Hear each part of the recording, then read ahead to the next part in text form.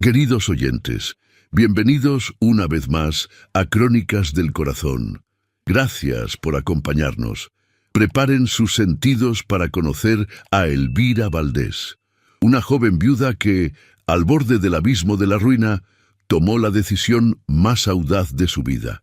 En una época donde las mujeres eran meros adornos en salones perfumados, ella eligió negociar con el hombre más temido de Cantabria, el hacendado de hielo. Lo que comenzó como un acuerdo desesperado se transformó en algo que ninguno de ellos podría haber previsto. Esta es una historia sobre dos almas heridas que aprendieron que, a veces, la salvación viene de los lugares más improbables. Si a usted le gusta este tipo de contenido, no se olvide de suscribirse a nuestro canal. Publicamos videos todos los días. Y dele like al video si le gusta esta historia. Déjenos en los comentarios contándonos desde dónde nos sintoniza y qué hora es en su ciudad. Dame un hijo y olvidaré tu deuda. Pero en una noche, el hacendado se apasionó perdidamente. Año 1867, Cantabria y Asturias, España. La nieve caía sobre la hacienda La Arboleda como un sudario silencioso, cubriendo 7 generaciones de memoria con su manto implacable. Doña Elvira Valdés permanecía inmóvil ante la ventana de la biblioteca, con los dedos presionados contra el vidrio helado, observando los jardines ancestrales desaparecer bajo el blanco uniforme. Enero de 1867 había traído la gran nevada, y con ella un ultimátum que transformaría el polvo en cenizas. La carta de Márquez y compañía yacía sobre el escritorio de Caoba como una sentencia de muerte. 30 días, 75.000 reales, palabras que danzaban ante sus ojos castaño dorados hasta perder el significado, convirtiéndose solo en símbolos de una catástrofe que ocultaría a todos, especialmente a Beatriz. Su hermana menor tosía en el cuarto del piso superior. El sonido atravesaba el suelo de roble como un recordatorio cruel. Las medicinas importadas costaban una fortuna que ella no poseía. Bea, con sus 17 años y pulmones frágiles, pintaba acuarelas de jardines que nunca vería florecer si Elvira fallaba ahora. 3 años. Eso fue todo lo que don Arturo Valdés necesitó para disipar una fortuna construida en siglos. La dote de 8.000 reales desapareció primero. Luego, las joyas que pertenecieron a la madre de Elvira, las pinturas de los pasillos, incluso los caballos de cría que eran el orgullo de su padre. Mesas de juego, carreras, amantes que reían mientras él apostaba la dignidad de su familia en cartas marcadas y dados viciados. Elvira cerró los ojos. Aún podía ver el rostro de Arturo aquella última mañana, pálido y sudado por la fiebre que lo consumió tras una noche en alguna sórdida casa de apuestas. Neumonía, había dicho el médico. 3 días después, ella era viuda a los 22 años, con una propiedad sangrando deudas y una hermana enferma que proteger. Pero había algo más en los libros de contabilidad que ella había examinado obsesivamente durante semanas. Un nombre que aparecía repetidamente en los últimos 6 meses de la vida de Arturo, don Marcos Sarmiento, hacendado de Vallefrío.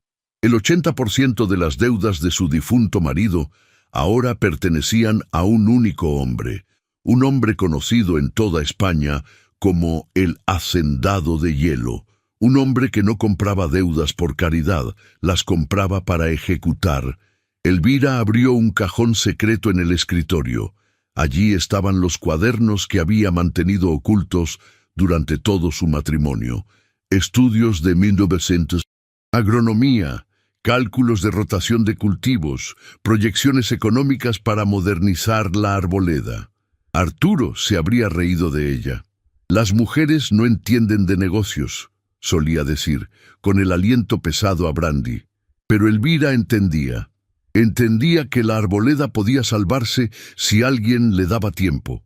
Al fondo del cajón, sus dedos encontraron el sobre amarillento, la carta de su madre, escrita poco antes de morir en el parto de Beatriz. Elvira la había leído cientos de veces, pero hoy las palabras parecían pulsar con urgencia renovada. Sueño que mis hijas administren la arboleda juntas. No que solo la entreguen a hombres que no comprenden lo que significa pertenecer a un lugar. El reloj en la chimenea marcó 6 campanadas. Afuera, la nieve seguía cayendo, y Elvira tomó la decisión que lo cambiaría todo. Iría hasta Asturias, iría hasta aquella hacienda en las tierras desoladas y encontraría al hacendado de hielo, y no saldría de allí sin una respuesta. 3 cocheros habían rechazado el viaje. El cuarto, un hombre de mediana edad llamado Tomás, con el rostro curtido por el tiempo, aceptó solo cuando ella ofreció el triple del precio normal. A la mañana siguiente, mientras Beatriz dormía bajo el efecto del láudano que calmaba sus pulmones, Elvira partió. Vestía su único vestido de viaje decente, negro como correspondía a una viuda, y cargaba solo una pequeña maleta. No dijo adiós a los retratos de familia en los pasillos. Si fallaba, nunca más los vería. El mundo se había vuelto blanco y silencioso. Durante 3 días, el carruaje avanzó a través de la nevada más violenta en 20 años. Tomás alternaba entre maldiciones y oraciones murmuradas. Los caminos desaparecían bajo capas de nieve. Más de una vez, necesitaron retroceder al encontrar rutas intransitables. Elvira dormía poco. Por la noche, en posadas heladas con chimeneas insuficientes, releía sus cuadernos a la luz de velas temblorosas, números y proyecciones, el lenguaje racional que usaría para convencer a un hacendado de que merecía más tiempo. Pero cuando las velas se apagaban, venían las preguntas que los números no podían responder. ¿Qué diría él? ¿Cómo negociaría con un hombre conocido por no ceder jamás? En la tercera mañana, Tomás la despertó con noticias sombrías. El camino principal estaba bloqueado. Árboles caídos, nieve hasta la altura de un hombre. Faltan apenas 5 kilómetros para la hacienda Vallefrío, pero el carruaje no pasará. Necesitamos volver, mi señora, dijo, quitándose el sombrero cubierto de nieve. No hay cómo continuar. Elvira descendió del carruaje. El viento cortaba su rostro como cuchillas de hielo. A lo lejos, a través de la tormenta, podía ver la silueta oscura de las torres de piedra de la casona, recortadas contra el cielo grisáceo. 5 kilómetros, 2 horas de caminata, tal vez 3 con la nieve profunda. Regrese a la última posada, Tomás. Yo continúo a pie. Mi señora, eso es una locura. Morirá congelada. Pero Elvira ya estaba caminando. La nieve le llegaba a las rodillas, después a los muslos. Su vestido pesaba como plomo, empapado y helado. Sus botines, adecuados para salones caldeados, eran patéticos contra el invierno de los páramos asturianos. Cayó 2 veces. Se levantó 2 veces. Continuó. El mundo se redujo a cada paso. Solo uno más, y otro, y otro. Sus dedos perdieron la sensación primero, luego los pies, pero algo más profundo que la razón la empujaba adelante. Quizás era la imagen de Beatriz tosiendo sangre sobre sábanas blancas. Quizás era el fantasma de su madre, que murió dando a luz. Quizás era simplemente la negativa a aceptar que 7 generaciones de los Valdés terminaran porque un hombre no supo valorar lo que tenía. Cuando la hacienda finalmente se irguió ante ella, una fortaleza de piedra negra contra la tormenta, Elvira ya no sabía si estaba caminando o siendo arrastrada por el viento. Sus piernas se movían por memoria muscular. Subió los escalones de piedra, levantó la aldaba de bronce, pesada como su agotamiento, y golpeó 1 vez, 2 veces. La puerta se abrió, revelando a un mayordomo anciano de expresión severa. El señor Ramiro la miró de la cabeza a los pies. Desde el cabello deshecho y cubierto de nieve hasta el vestido, que goteaba agua helada sobre el mármol inmaculado del vestíbulo. No aceptamos mendigos. Siga a la entrada de sirvientes. Soy doña Elvira Valdés, logró decir, la voz quebradiza por el frío. Necesito hablar con su señor. El mundo comenzó a girar. Las paredes de piedra se curvaron. El suelo de mármol subió a su encuentro, y lo último que Elvira vio antes de la oscuridad fue la expresión de absoluto asombro en el rostro del mayordomo. Y luego, nada. Solo el frío, y más allá, el olvido misericordioso. La luz era suave cuando Elvira abrió los ojos, no la luz dura y gris de la nieve, sino algo dorado, tibio, filtrado a través de cortinas de terciopelo pesado. Por un momento, no supo dónde estaba. Luego, fragmentos de memoria, la nieve, la caminata, el desmayo. Giró la cabeza lentamente.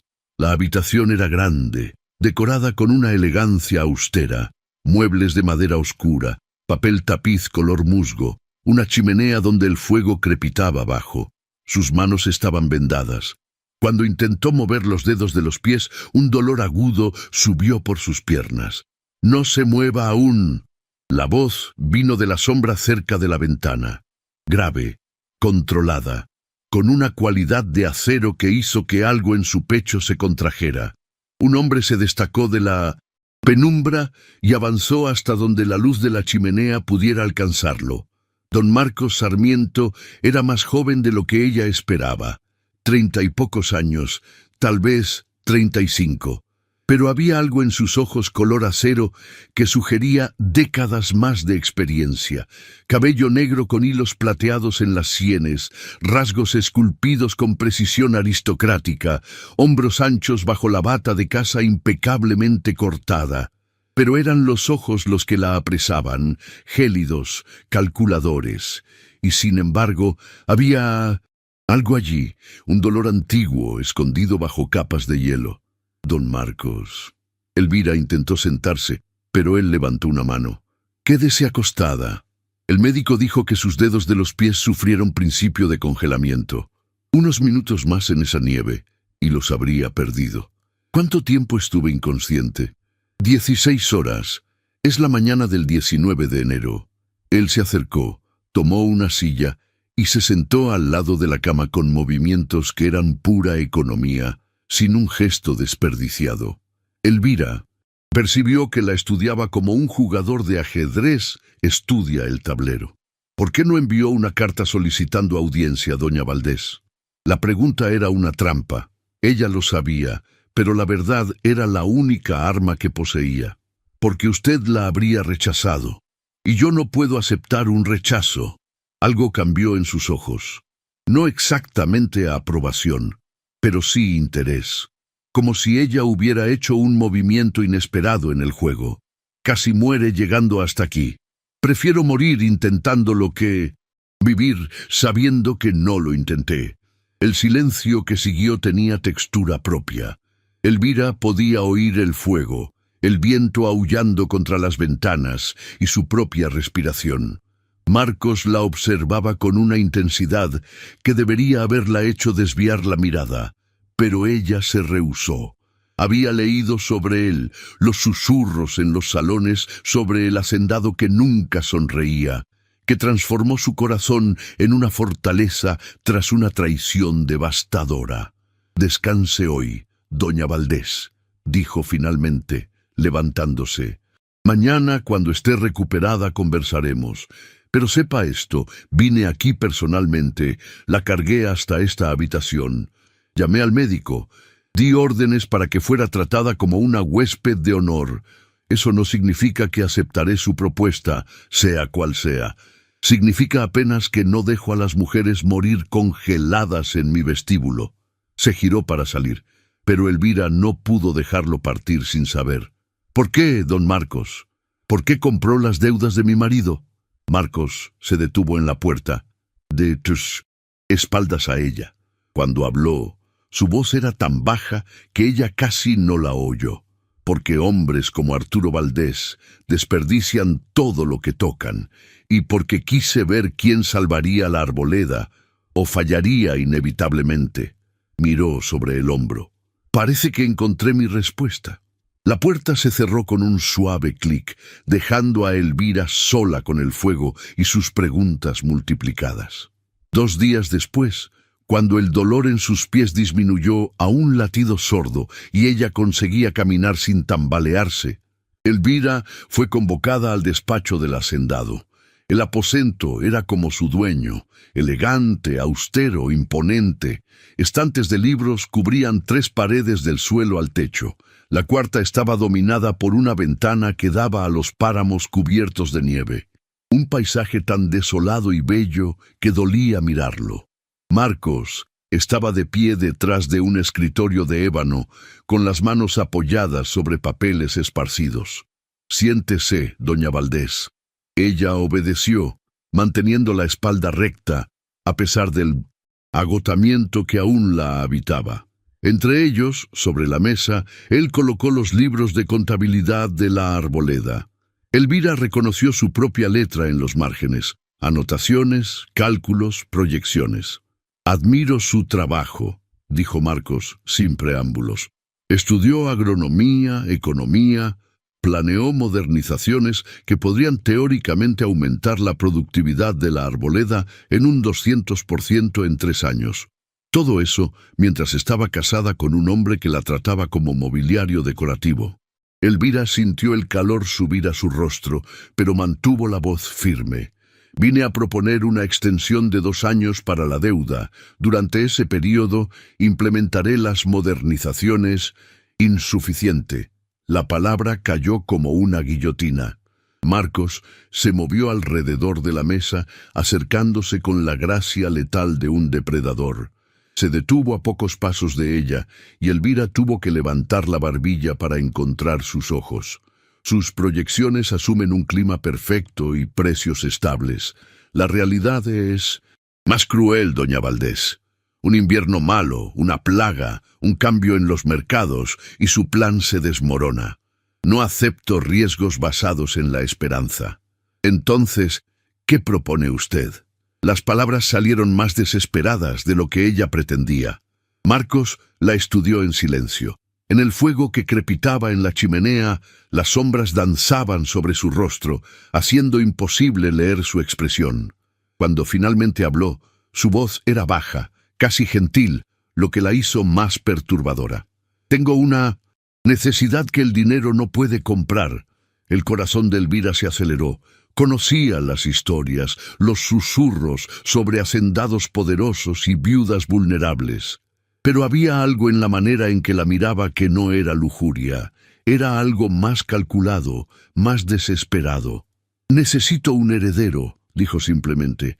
«Tengo 5 años para producir un hijo legítimo masculino, o todo lo que construí pasa a mi primo Rodolfo, un hombre que ya ha golpeado a sirvientes por diversión y que transformaría este patrimonio en cenizas en una generación». Elvira sintió el aire escapar de sus pulmones. «Usted tiene solo 35 años. Seguramente puede encontrar una novia adecuada». Lo intenté. Por primera vez, algo que podría ser dolor cruzó sus ojos. Hace 13 años estaba comprometido.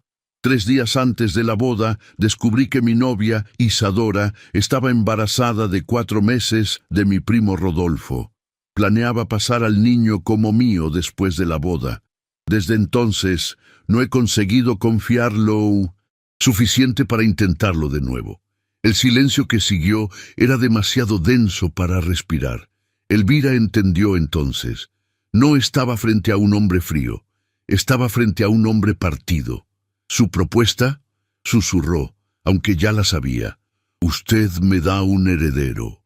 A cambio, cancelo la deuda de 75.000 reales y doy 10.000 más para modernizaciones en la arboleda. El niño sería criado aquí como mi heredero, con todas las ventajas de su posición. Usted tendría derecho de visita en trimestral. Me está pidiendo que venda a mi hijo. Le estoy ofreciendo dar a su hijo un futuro que usted no puede proporcionarle y salvar a su hermana en el proceso. Él se inclinó ligeramente.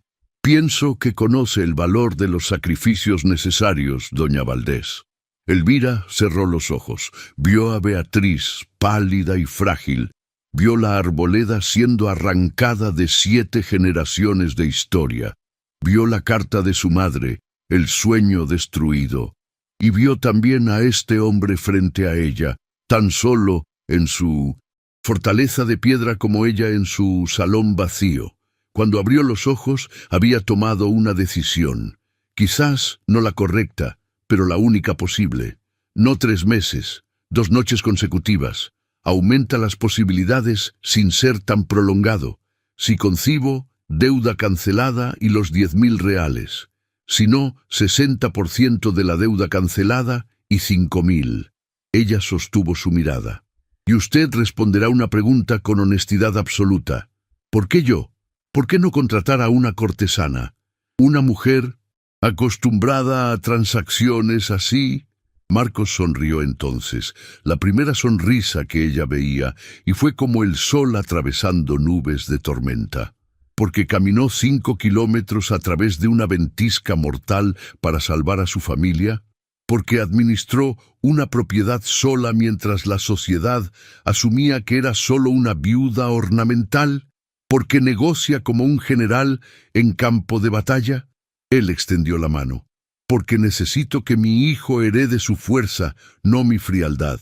Elvira miró la mano, extendida. Si la apretaba, estaría aceptando algo que lo cambiaría todo. Pero en verdad, todo ya había cambiado en el momento en que decidió caminar a través de la nieve.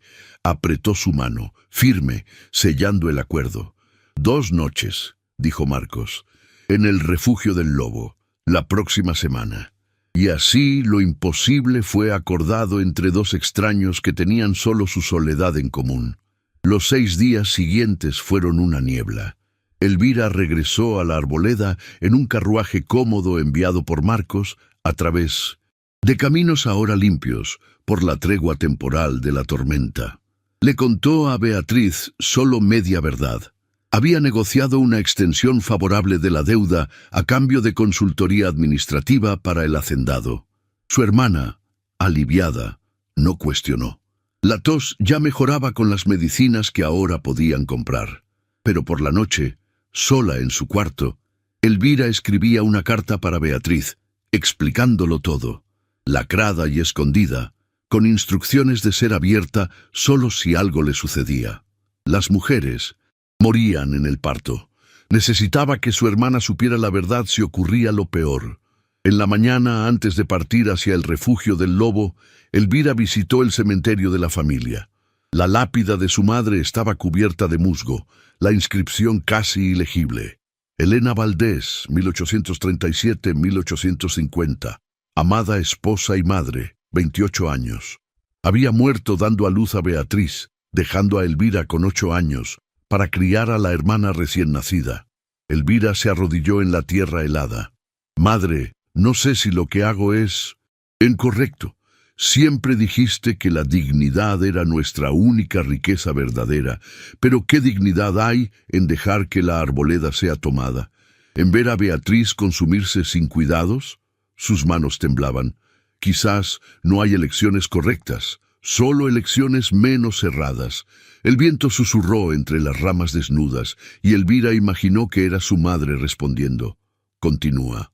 Mientras tanto, en las tierras altas de Asturias, Marcos Sarmiento preparaba el refugio del lobo con una meticulosidad que rayaba en la obsesión. El pabellón de casa era una construcción de piedra oscura, rodeada de pinos negros, aislado de todo. Despidió a los criados. Contrató solo a una cocinera temporal para preparar comidas que dejaría listas. Luego, ella también partió.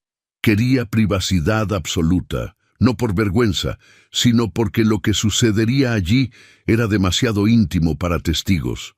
Seleccionó vinos, arregló las habitaciones, se aseguró de que las chimeneas tuvieran leña suficiente para 2 días, y percibió con un sobresalto que lo desestabilizó, que estaba nervioso, más nervioso de lo que había estado en cualquier negociación de Estado, en cualquier confrontación política. Sus manos temblaban ligeramente cuando acomodó las cobijas de la cama. 13 años. Hacía 13 años desde Isadora, desde que confió en alguien lo suficiente para ser vulnerable, y ahora estaba a punto de ser vulnerable con una mujer que apenas conocía, en un acuerdo que cualquier persona llamaría sórdido. Pero no parecía sórdido. Cuando pensaba en Elvira, parecía necesario, como dos personas ahogándose que deciden agarrarse la una a la otra, aún sin saber si eso las salvará o solo prolongará la caída. Elvira llegó al anochecer del 30 de enero. El cielo estaba color plomo y los pinos negros alrededor del refugio del lobo parecían centinelas silenciosos guardando secretos antiguos. El carruaje se detuvo y ella descendió sola, rechazando la ayuda del cochero. Marcos la esperaba en la puerta. No vestía su elegancia habitual, sino ropas simples, camisa blanca, chaleco oscuro, pantalones. Casi podría ser cualquier hombre, no un hacendado. Casi. Doña Valdés se inclinó ligeramente. Bienvenida. Dentro, el refugio era más pequeño que la casona, pero igualmente bien cuidado. Paredes de piedra, vigas de madera oscura en el techo, una gran chimenea donde el fuego crepitaba. La mesa estaba puesta para dos: faisán asado, raíces asadas con romero, pan aún tibio, vino francés. Despedí a los criados, explicó Marcos, sirviéndole vino. Preparé la cena yo mismo. Espero que no le importe la simplicidad. No imaginé que usted supiera cocinar. Hay muchas cosas que no imagina sobre mí. Él levantó su copa. Como hay muchas cosas que no imagino sobre usted. Quizás esta noche comencemos a remediar eso. Comieron en silencio inicialmente. El tipo de silencio incómodo de dos extraños a punto de compartir la mayor de las intimidades. Pero entonces Marcos comenzó a hablar. Contó sobre crecer en aquellos páramos, casar con su padre antes de que el hombre muriera cuando Marcos tenía solo 12 años, sobre asumir el control de las haciendas demasiado joven, aprender a ser duro porque la gentileza era vista como debilidad. Elvira se vio respondiendo. Habló sobre su matrimonio vacío, cómo Arturo la trataba como un mueble bonito, cómo ella estudiaba escondida. Mantenía libros contables en secreto, esperando una oportunidad de probar su valor que nunca llegó hasta que él murió. Él nunca me tocó. Después del primer año, admitió mirando el vino en su copa. Prefería a sus amantes y las mesas de juego. Nuestro matrimonio era papel firmado, nada más. Isadora. Marcos hizo una pausa, el dolor antiguo volviendo a sus ojos. No toco a una mujer desde ella. 13 años, algunas amantes pagadas pero sin intimidad real, solo transacciones vacías. El fuego crepitaba. Afuera había comenzado a nevar nuevamente. Somos ambos personas rotas, ¿no es así?, dijo Elvira en voz baja. Quizás, o quizás, solo personas que aprendieron a sobrevivir. Él se levantó, extendió la mano. Terminemos lo que comenzamos, doña Valdés. La mano de ella tembló cuando la puso en la de él. Subieron la estrecha escalera juntos. La habitación era simple, cama grande, chimenea encendida, una ventana que mostraba la nieve cayendo en la oscuridad. Y allí, lejos del mundo, dos extraños se convirtieron en algo más. Fue torpe inicialmente. Elvira estaba tensa, su cuerpo recordando años de ser ignorada. Marcos fue gentil, pero había una distancia en él, un miedo a sentir demasiado. Cumplieron el deber que habían acordado. No hubo magia, solo cortesía silenciosa y alivio mutuo cuando terminó. Después, Marcos se vistió y fue a otra habitación. Elvira se quedó sola, mirando el techo, preguntándose cómo sería posible concebir vida de algo tan vacío. Pero ella no lo sabía aún. La segunda noche sería completamente diferente. Amaneció blanco y silencioso. Elvira despertó sola, por un momento desorientada. Entonces los recuerdos volvieron, y con ellos una tristeza profunda. ¿Sería así entonces? ¿Una transacción fría, concluida sin sentimiento? Descendió para encontrar a Marcos ya en la cocina preparando café. Él la miró, y algo en su expresión era diferente, menos guardado, como si la noche hubiera agrietado algo en él. Dejó de nevar. Hay un sendero en el bosque, si quiere caminar. Caminaron lado a lado entre los pinos. La nieve llegaba a los tobillos, pero el aire estaba quieto, sin viento. Era como estar dentro de un globo de cristal, un mundo aparte, y allí, lejos de títulos y acuerdos y papeles firmados, comenzaron a conversar realmente. Marcos contó sobre su padre, un hombre gentil que murió de fiebre cuando Marcos tenía 12 años. Sobre cómo él necesitó endurecerse, transformarse en el hacendado de hielo, porque los hacendados que muestran debilidad son devorados por buitres en forma humana. Cuando Isadora me traicionó, dijo, deteniéndose para tocar la corteza áspera de un pino, me casé con mi patrimonio, decidí que sería el mejor hacendado que Asturias hubiera conocido, sin sentimientos, sin vulnerabilidades, solo deber y excelencia. Rió sin humor. Y aquí estoy, 13 años después, tan solo que necesité hacer un acuerdo comercial solo para intentar sentir algo humano nuevamente. Elvira puso la mano sobre la de él en el tronco del árbol. Cuando mi madre murió dando a luz a Beatriz, yo tenía 8 años. De repente tenía una hermana recién nacida y un padre que no podía mirar al bebé sin ver a la esposa muerta. Crié a Bea sola. A los 13 años yo ya administraba la casa. A los 17 fui entregada en matrimonio para salvar las finanzas de la familia. Su voz tembló. Pasé 25 años viviendo para otros. No sé quién soy cuando no estoy salvando a alguien.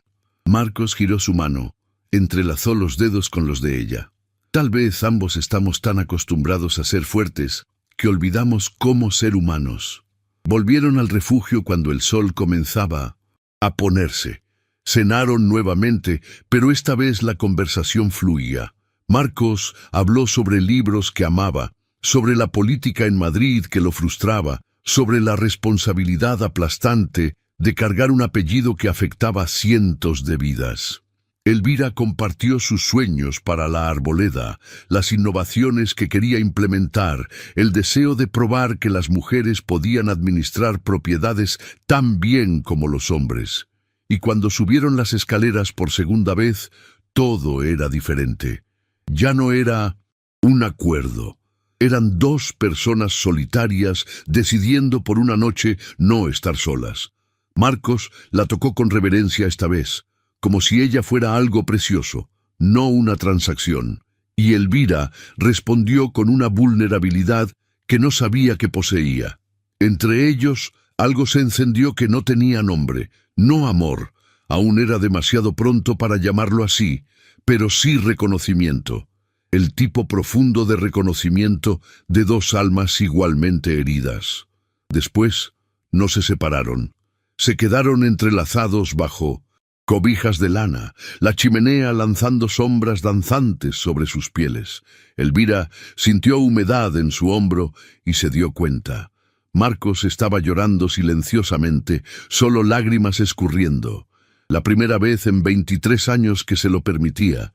Ella lo abrazó más fuerte, no dijo nada. Las palabras habrían estropeado el momento. Durmieron así, 2 náufragos agarrados el uno al otro en la oscuridad. Amaneció el 1 de febrero. El carruaje esperaba. El acuerdo estaba cumplido. Elvira se vistió en silencio, con Marcos observando desde la ventana. Cuando ella estaba lista para partir, él finalmente se giró. «Si hay un niño, le avisaré», dijo ella rápidamente, antes de que su voz pudiera traicionar cuánto dolía partir.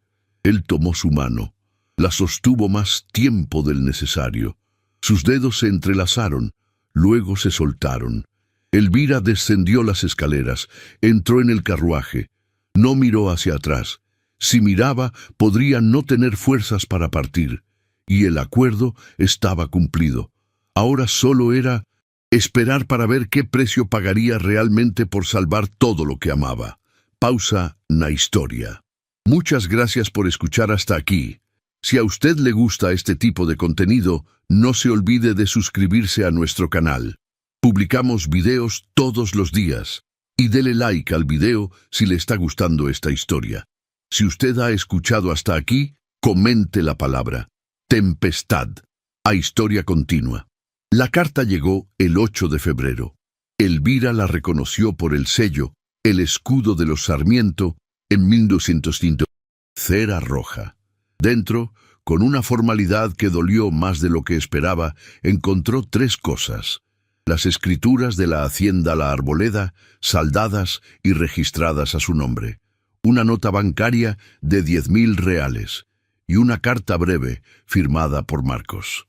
Doña Valdés, en cumplimiento de nuestro acuerdo, adjunto la documentación apropiada. Le deseo éxito en las modernizaciones planeadas para su propiedad.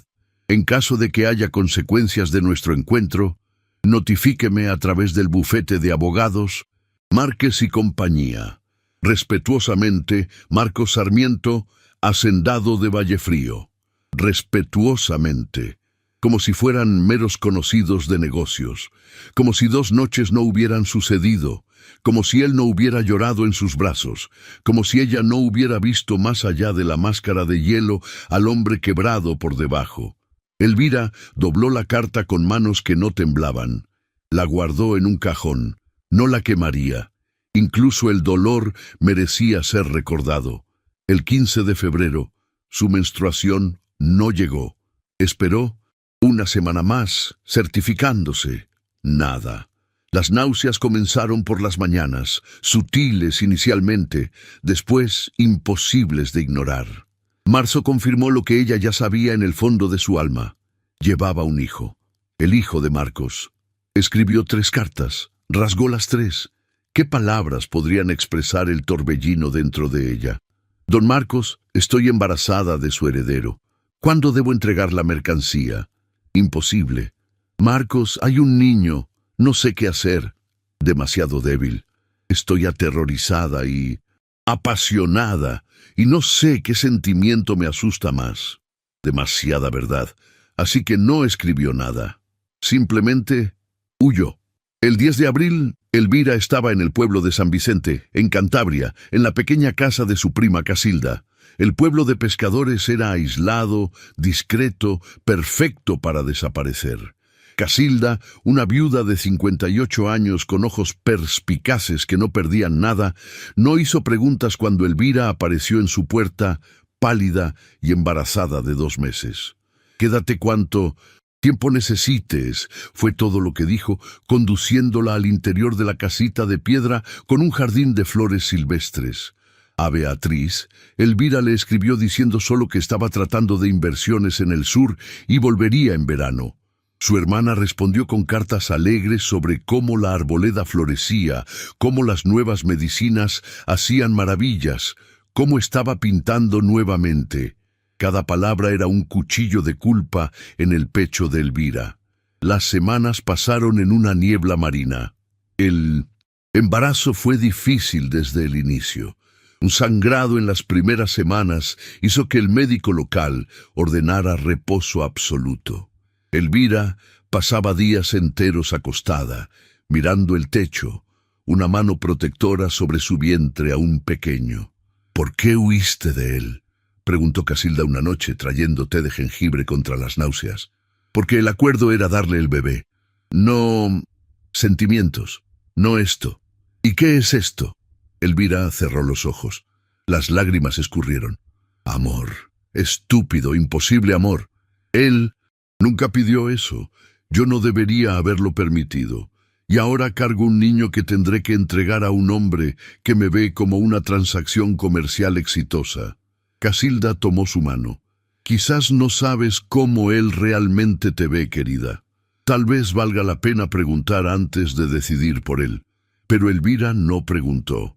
porque más aterrador que nunca saber era arriesgarse a saber y descubrir que estaba sola en sus sentimientos. En la hacienda Vallefrío, Marcos Sarmiento se estaba deshaciendo. Comenzó, sutilmente, un vaso de brandy de más por la noche, descuidar la correspondencia. Pero en marzo, cuando quedó claro que Elvira no entraría en contacto, algo en él se quebró. Contrató investigadores, 5 de ellos, los mejores de Madrid. Nada. Doña Elvira Valdés había desaparecido como un fantasma. Visitó la arboleda personalmente, encontró a Beatriz, una joven de 17 años, con una tos delicada y ojos demasiado preocupados para su edad. Ella fue educada, ofreció té, dijo solo que su hermana estaba tratando de negocios en el sur. Marcos vio en los ojos de Beatriz que ella no sabía de embarazo alguno, lo que significaba que Elvira había elegido desaparecer sin contarle a nadie, ni a él. El dolor de eso fue sorprendente. Pensó que el acuerdo los protegía contra sentimientos complicados, pero se descubrió barriendo los jardines de la arboleda, encontrando un libro olvidado de Elvira sobre botánica. Los márgenes estaban llenos de sus anotaciones, observaciones sobre tipos de suelo, dibujos delicados de flores, con nomenclatura latina anotada. Se llevó el libro, lo leyó obsesivamente, como un hombre poseído. «Mi señor, esto no es saludable», dijo el mayordomo Ramiro, encontrándolo en el despacho a las 3 de la mañana, rodeado de vasos vacíos. «¿Y qué es saludable, Ramiro? Fingir que no me importa, mantener la maldita máscara de hielo mientras ella está, Dios sabe dónde, posiblemente embarazada de mi hijo, y no tengo idea de si está bien o necesita ayuda, o...» Su voz se quebró. Ramiro, que servía a la familia Sarmiento hacía 40 años, nunca había visto a su señor llorar. Hasta ahora, el 20 de mayo, un investigador interceptó una carta de Beatriz para Elvira. Dirección: Señora E. Valdés, Casa del Mar, San Vicente, Cantabria. Marcos estaba en su carruaje antes del amanecer.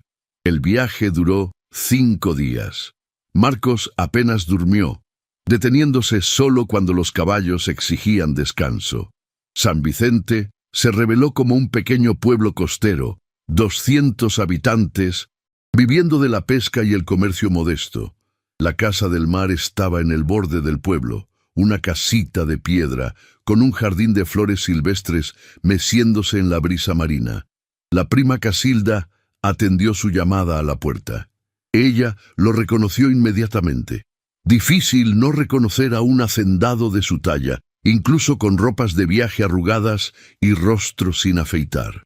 «Don Marcos», su voz era fría, «no es bienvenido aquí. Necesito verla. Ella no quiere verlo. Es mi hijo». Odió cómo sonó. Desesperado.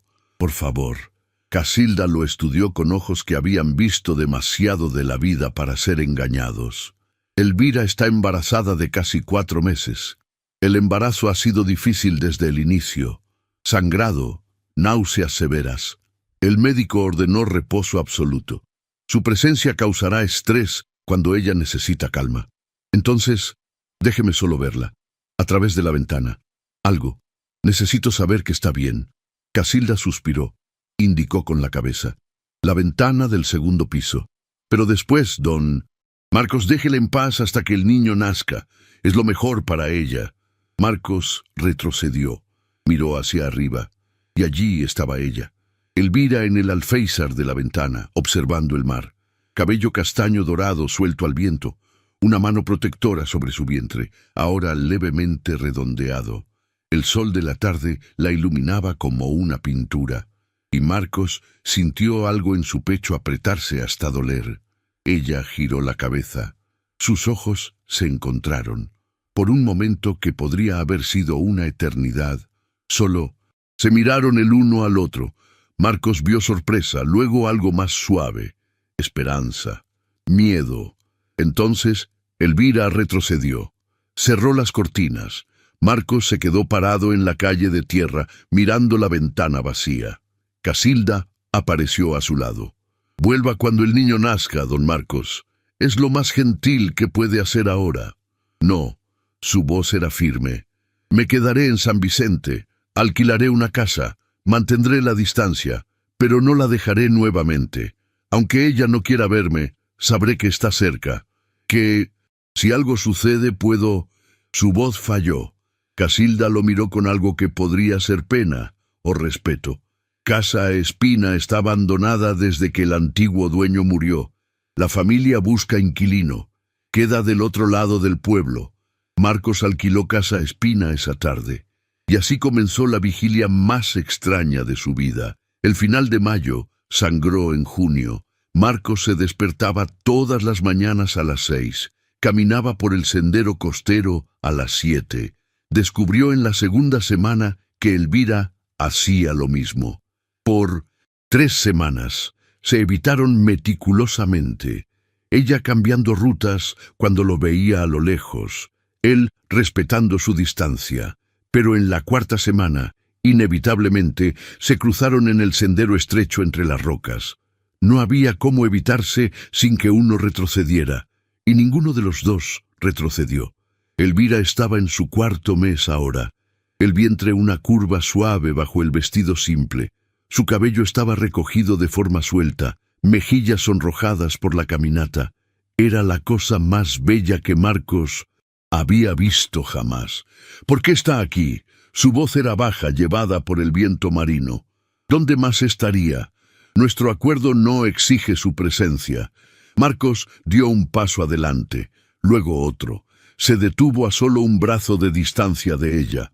Olvide el maldito acuerdo. Las palabras salieron ásperas, casi furiosas, y entonces Elvira comenzó a llorar, no delicadamente, sino con sollozos profundos que sacudieron su cuerpo, hormonas del embarazo intensificando emociones ya imposibles, lágrimas que venía guardando desde febrero, finalmente desbordándose.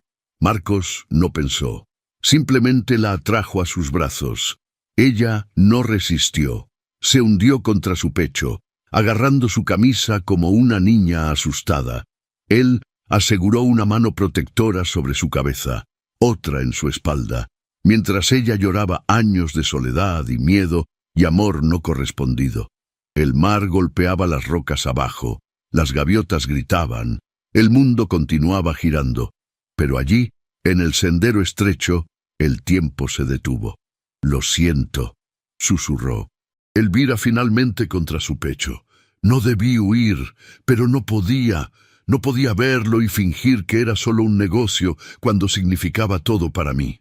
Marcos la apartó solo lo suficiente para ver su rostro. «¿Qué? Pasé 13 años sin sentir nada», dijo ella, las lágrimas aún escurriendo. «Arturo me enseñó que el matrimonio era una jaula dorada.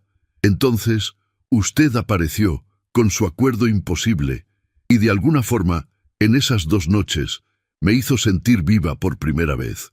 Me hizo sentir vista. Y cuando me envió esa carta formal y fría, entendí que estaba sola en estos sentimientos, que para usted solo había sido el cumplimiento de un contrato». Elvira... «No». Ella retrocedió, limpiando su rostro con manos temblorosas. «No necesita mentir gentilmente. Yo sabía los términos. Fui tonta en... Pasé 13 años sin sentir nada», la interrumpió Marcos haciendo eco de sus palabras. «Isadora me enseñó que abrir el corazón era invitar a la traición. Construí muros tan altos que nadie podía escalarlos. Entonces usted apareció, medio congelada en mi vestíbulo, completamente testaruda, rehusándose a ser intimidada por mí, y algo en los muros se agrietó. Él tomó sus manos. Las sostuvo firmemente. Esas 2 noches en el refugio, los muros cayeron completamente, y eso me aterrorizó. Así que huí de la única manera que sabía, enviando documentos fríos, manteniendo la distancia. Pero los últimos 4 meses han sido un infierno, Elvira. No dormí, no comí adecuadamente. La busqué como un hombre poseído, porque la idea de usted en peligro, o necesitando ayuda, o... Su voz se quebró. No consigo fingir más que no me importa. No consigo mantener la máscara cuando se trata de usted. Los ojos de Elvira se agrandaron. Esperanza y miedo guerreaban en su rostro. ¿Qué está diciendo? Que te amo, dijo Marcos simplemente. Amo tu inteligencia, tu coraje. Amo que negocies como un general. Amo que me desafiaras cuando todos se inclinan. Amo que me hiciste sentir humano nuevamente. Y amo a nuestro hijo, no porque sea un heredero, sino porque es parte de ti. El silencio que siguió fue tan profundo que podían oír sus propios latidos cardíacos. Marcos, susurró Elvira, yo también te amo. Dios me ayude, te amo. Por eso huí. No soportaba la idea de entregar a nuestro hijo como mercancía, cuando cada célula en mí gritaba que pertenecemos juntos. Marcos la atrajo nuevamente, pero esta vez para besarla. Fue un beso salado por las lágrimas y el viento marino, desesperado y gentil al mismo tiempo. Cuando se separaron, ambos estaban llorando. «Cásate conmigo», dijo él contra sus labios. «De verdad, no por un acuerdo, no por necesidad, porque despertar sin ti es despertar con la mitad del alma faltando». «Sí», dijo Elvira, riendo y llorando simultáneamente. «1000 veces sí». Y allí, en el sendero costero, bajo el sol de junio, 2 corazones rotos finalmente se volvieron enteros. Pero el destino, cruel y caprichoso, tenía una prueba final. 28 de junio, la fiebre escarlata llegó a San Vicente como una plaga bíblica. Comenzó con los niños, erupciones rojas brillantes, fiebre que quemaba.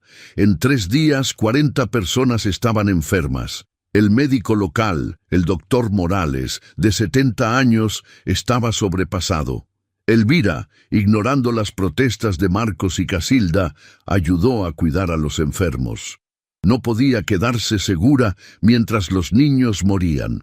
Marcos trabajó a su lado, descubriendo que un hacendado podía cargar agua y cambiar sábanas tan bien como cualquier sirviente. 30 de junio, 9 de la noche.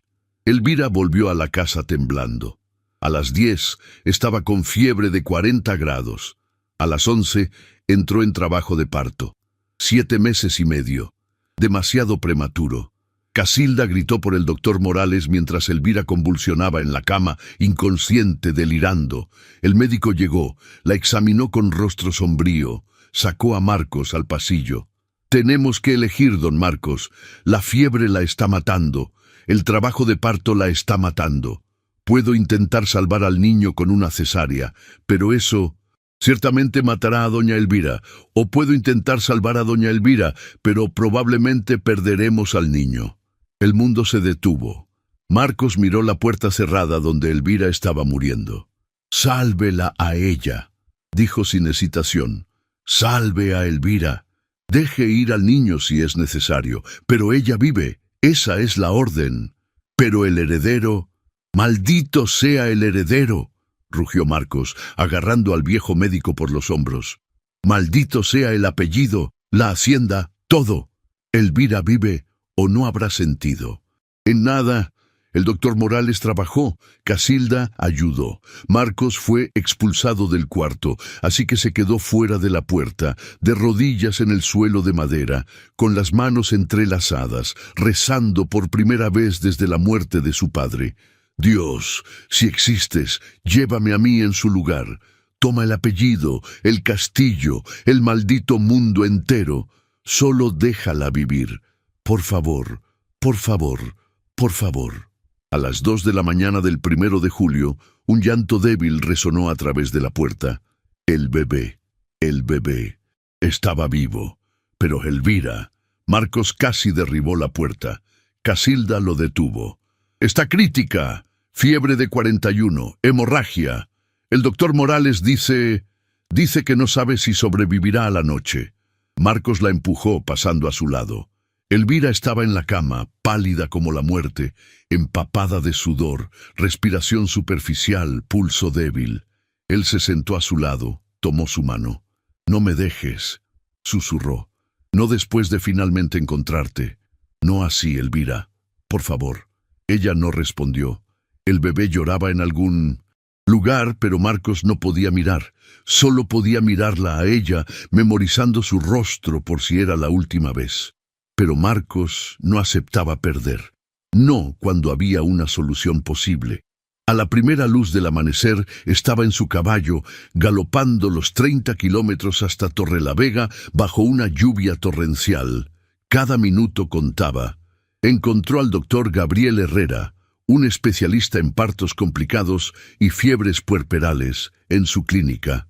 Ofreció 500 reales, una fortuna absurda, para que el hombre viniera inmediatamente. Herrera, viendo la desesperación genuina en los ojos del hacendado, aceptó. Llegaron a San Vicente a las 3 de la tarde. El bebé estaba vivo, 5 libras, respirando débilmente en brazos de una partera local.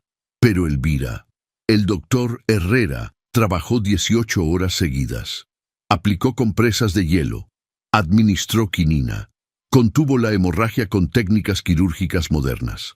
Marcos se quedó al lado de la cama todo el tiempo, sosteniendo la mano de Elvira, rehusándose a salir. 2 de julio, 7 de la mañana. Beatriz llegó alarmada por el telegrama urgente de Casilda. Encontró a Marcos desmoronado en una silla, sosteniendo la mano de Elvira con ambas manos. Su apariencia era destruida. Despierto hacía 50 horas, ojos rojos, rostro sin afeitar, ropas manchadas. Imogen vio al bebé por primera vez, su minúsculo sobrino luchando por vivir. Luego miró a su hermana, pálida e inmóvil, y entendió todo. El acuerdo, el amor, el sacrificio, y testimonió a Marcos, rezando en voz baja palabras quebradas de un hombre que nunca frecuentaba la iglesia. Dios, ya dije que tomaría su lugar. Aún me ofrezco.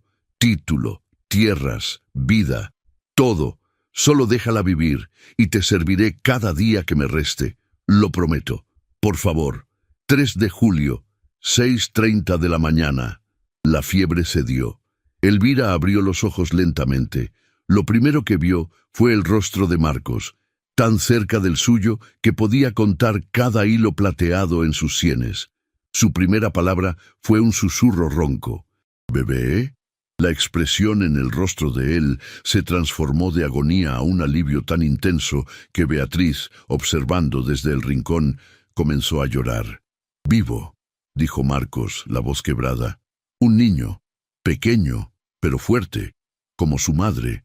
Beatriz trajo al bebé de 3 días de vida, envuelto en un chal de lana azul.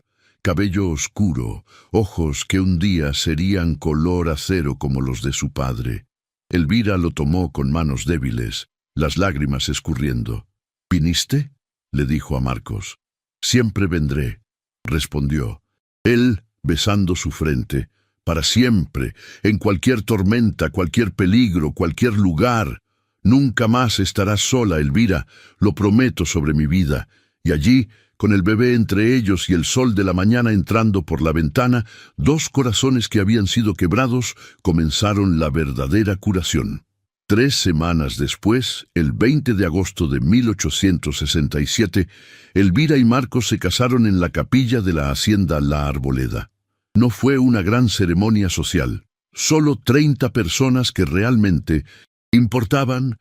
Beatriz como dama de honor, radiante y saludable, prima Casilda entregando a Elvira, el pequeño Martín en brazos de una nodriza, el doctor Herrera y su esposa, y los sirvientes leales de ambas propiedades que habían sido testigos del improbable viaje de sus señores. Elvira usaba un vestido simple de seda color marfil, no blanco. Las viudas no usaban blanco, pero a Marcos no le importaban las convenciones cuando la vio caminar hacia él. Para él, ella brillaba más que cualquier virgen de 17 años en satén. Cuando el sacerdote preguntó si aceptaba a Elvira, Marcos no usó las palabras tradicionales. Se giró hacia ella, tomó ambas manos y dijo: «Debería haber pedido tu mano propiamente, con flores, poesía pésima, de rodillas en la tierra mojada, como hacen los hombres honrados. Merezco que me rechaces por haber hecho que nuestra historia comenzara con un acuerdo comercial». Elvira sonrió, las lágrimas brillando. Te acepto exactamente como sucedió. Nuestra historia es extraña, pero es nuestra, y no cambiaría un solo momento, porque cada paso nos trajo aquí. Entonces te acepto a ti, Elvira Valdés, como mi esposa, no por deber, no por un heredero, sino porque me salvaste de mí mismo. Prometo honrarte, protegerte, amarte y por encima de todo verte siempre como la mujer extraordinaria que eres. No había un ojo seco en la capilla. Los años que siguieron fueron más allá de los sueños. Elvira dividió su tiempo entre La Arboleda y Vallefrío. Bajo su administración, La Arboleda se convirtió en una propiedad modelo. La productividad aumentó un 300% en 3 años. Otros hacendados comenzaron a copiar sus técnicas. Algunos incluso, escandalosamente, pidieron consultoría femenina. Marcos descubrió que amaba trabajar al lado de su esposa, aprendiendo sobre rotación de cultivos e irrigación. Por primera vez, su apellido no era una carga solitaria, sino una sociedad. Vinieron más hijos. Inés en 1869, Gabriel en 1871 y la pequeña Carmen en 1872. La casa que había sido tan silenciosa se llenó de risas y del glorioso desorden de la infancia. Beatriz se casó con el doctor Gabriel Herrera en 1870, sorprendiendo a todos al descubrir su amor durante la convalecencia de Elvira. Tuvieron hijos propios, una vida feliz en la costa, donde el aire marino mantenía saludables los pulmones de Beatriz. Incluso Rodolfo, el primo cruel, recibió una especie de redención. Marcos se aseguró de que la hija ilegítima de Rodolfo, fruto de la traición con Isadora, fuera educada y tuviera una dote generosa. La niña nunca supo cuán cerca estuvo de tener a Marcos como padrastro, pero vivió una vida digna gracias a la compasión de él. Y a través de todo, Marcos presionó en las Cortes de Madrid por legislación que permitiera a las mujeres poseer propiedades independientemente. La ley de propiedad matrimonial pasó en 1872, y él trajo personalmente las noticias a Elvira. Epílogo. Verano de 1872. Los jardines de la hacienda La Arboleda florecían bajo el sol de julio. Elvira, con 30 años ahora, supervisaba la cosecha de lavanda, mientras Martín, de 5 años, ayudaba recogiendo flores aleatoriamente. Marcos llegó de Madrid por la tarde, encontrando a su esposa e hijo entre las hileras púrpuras perfumadas. Levantó a Martín sobre sus hombros, besó a Elvira profundamente, lo suficiente para hacer que los jardineros miraran hacia otro lado. «Tengo noticias», dijo. «El Parlamento aprobó la legislación. Las mujeres pueden ahora poseer propiedades separadamente después del matrimonio». Elvira lo abrazó, lágrimas de alegría mojando su camisa. «Tu madre estaría orgullosa», susurró Marcos. «La Arboleda pertenece a sus hijas ahora, legalmente, irrevocablemente». A lo lejos, vieron a Beatriz jugando con Inés, Gabriel y la pequeña Carmen cerca del lago. Prima Casilda observaba desde una silla de mimbre, sonriendo contenta. Martín, subido a los hombros de su padre, preguntó: «Papá, ¿cómo se conocieron tú y mamá?» Elvira y Marcos intercambiaron una mirada cómplice, años de historia compartida en ese momento. «Tu madre me salvó de una tormenta de nieve», dijo Marcos. «Y tu padre me salvó de una tormenta peor», agregó Elvira. «¿Qué tipo de tormenta?» Elvira tocó el rostro de Marcos gentilmente. «La peor de todas, la soledad». Marcos besó su frente. El sol comenzaba a ponerse sobre la arboleda, dorado y eterno.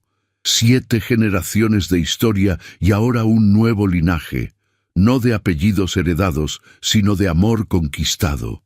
Algunos amores nacen de truenos y poesía. El de ellos nació de la desesperación y la determinación, y demostró ser indestructible exactamente por eso.